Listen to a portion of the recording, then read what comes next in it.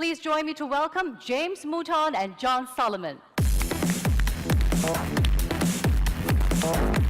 good morning. Good morning, gentlemen. Good morning. How are you? Welcome. Good to see you. Hey, John. Nice to see you. Let me start by asking you guys about a key aspect of HP's business: quality and reliability. Now, you have always been known for these two, but now we're talking about genuine quality and reliability. What's the difference? Well, from our perspective, quality is something that's ingrained in our being.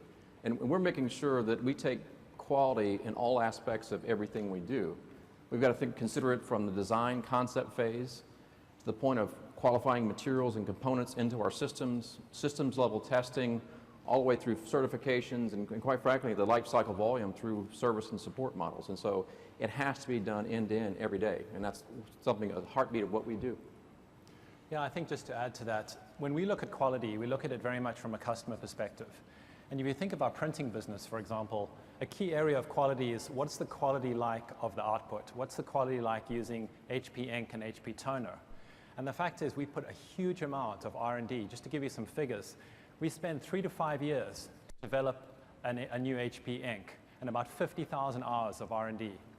And there's an amazing amount of testing that goes into that, and it results in real quality, improved quality and results.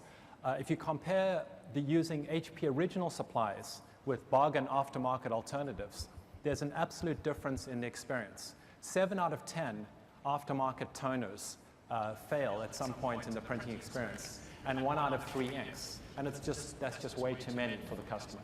Staying on numbers, Steve mentioned that HP ships 4 devices per second. That's very impressive, but what about delivering value to the customer?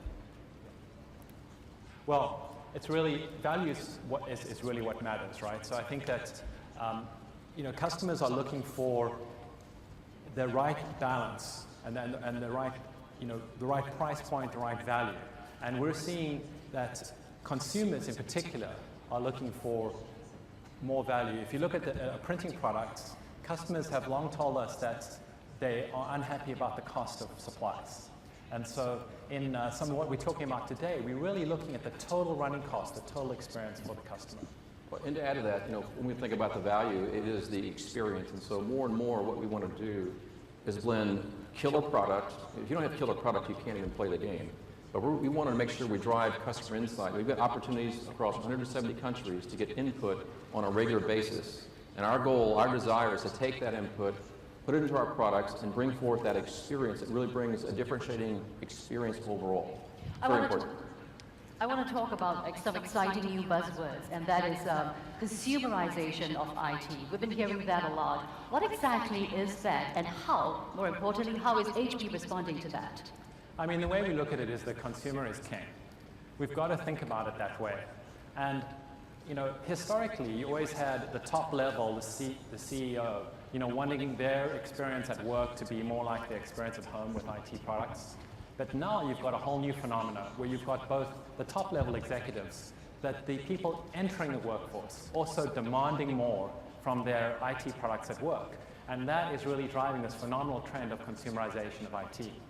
And just to add a little bit to John's point, what we see through our customer councils is that it is the end user. So at the end of the day, if you're at home in your living room as a consumer and a customer, big corporations, everyone who works in a big corporation is effectively an end user, an end consumer.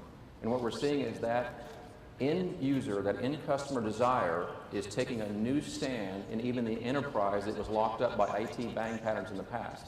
So there is a progression in place. And so it's very important for us, we're going to stay laser focused on that end user and what the end user wants as a vector for us on how we operate. We're going to talk more about that later on in the show, and also coming up, HP's response to that. Absolutely. So let me move on now. I hear that on the commercial front, there's been tremendous innovation in business efficiency. James, tell us more. Sure. I guess in the short version, business efficiency kind of gets to time and money. If you can do things faster, get up and running faster, if you can keep things running, and by the way, hopes you make more money while you're doing those things, anything that can help you help time and money is an efficiency aspect. And across our portfolio, there's a lot of examples. It could be a notebook that boots up extremely fast.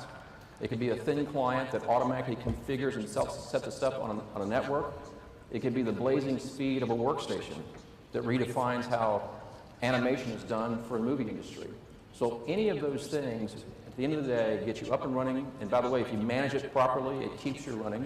Long battery life gets you running all day. So there's a lot of examples of how those technologies give customers and businesses the opportunity to get going faster and make more money. Let me do something to add, John? Well, yeah, I think it's, you know, the industry's moved beyond just speeds and feeds. So we know that having fast core product is really important for productivity. But what you're hearing from James on the PC side, and if you think about our printer business, we're really looking at the total process that a business person gets involved in. So looking also at their workflow, looking at how they interact with the product, and making sure that that's really productive as well. An example is ePrint. Our ePrint-enabled printer line allows you to print on the go from any smartphone. That's an example of just taking steps out of a process and making business people more productive. All right, let me wrap this up by asking you, what is really driving HP today? I think it comes down to making customers, making our products work for our customers, or really taking customer insights and building that into our products so the technology works for our customers. Absolutely. Short version, the customers are driving HP. Thank you very much indeed. Ladies and gentlemen, John Sullivan and James Mouton. Thank you, gentlemen. We'll see more of you later on.